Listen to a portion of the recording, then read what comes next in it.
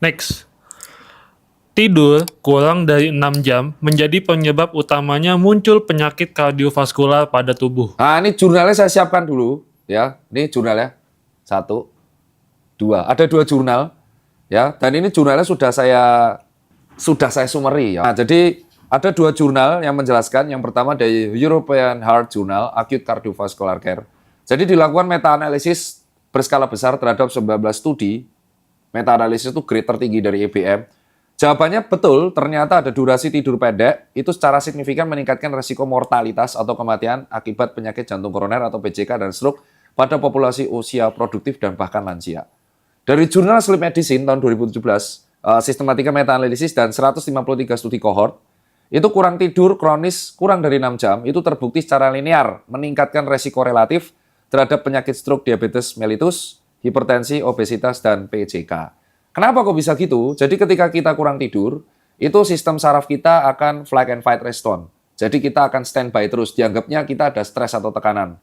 Ya, sehingga ya tekanan darah kita akan naik, kita akan cenderung berdebar lebih kencang, sehingga tekanan darah, terus habis itu akan terjadi resiko peningkatan tekanan darah secara kronis. Makanya orang-orang yang rutin begadang, tensinya sistoliknya agak sedikit di atas normal, mungkin 130 sampai 140-an.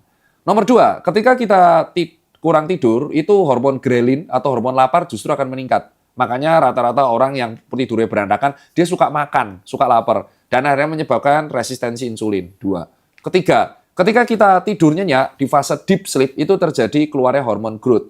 Dan ada hormon-hormon lain terkait recovery. Kalau kamu tidurnya berantakan, hormon ini nggak akan keluar, maka recovery serumu akan terlambat, dan akhirnya sel-sel rusak tersebut nempel terus dan akan menjadi karsinogenik paling sering. Yang nomor 4, kerusakan endotel, yaitu sel-sel epitel, sel-sel pada pembuluh darah. Akibatnya karena sel pada pembuluh darah arteri ini rusak, sehingga memunculkan plak akibat penumpukan LDL, yang meningkatkan resiko PJK, yaitu aterosklerosis atau penyakit jantung koroner. Itulah alasan kenapa kalau kamu begadang, ya kita tidak bisa membatasi, tapi gunakan jatah begadangmu untuk hal yang bermanfaat. Oke? Event itu beresiko, jadi kepepet, contoh nonton bola. Ya nggak apa-apa, tapi kalau kamu begadang terus demi komentator, demi bola, itu resikonya sangat besar. Ya, apalagi kalau kamu editor, kamu begadang, kamu ngedit, kamu obes, recovery selnya kurang. Dan akhirnya biasanya dia akan memanen penyakit-penyakit ini di masa tua. Itu kalau dari saya. Jadi jawabannya jelas. Bukan saya melarang begadang, mengedukasinya, menghindari. Karena sebagian dokter pun itu pola tidurnya berantakan.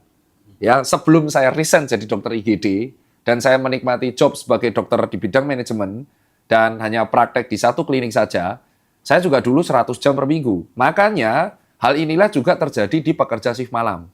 Ya, makanya di sini saya tidak bisa mengatakan, namanya begadang itu ya resikonya sangat besar.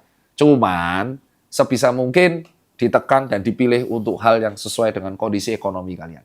Itu kalau dari saya. Pertanyaan berikutnya. Next. Menahan bersin bisa membuat telinga menjadi tuli.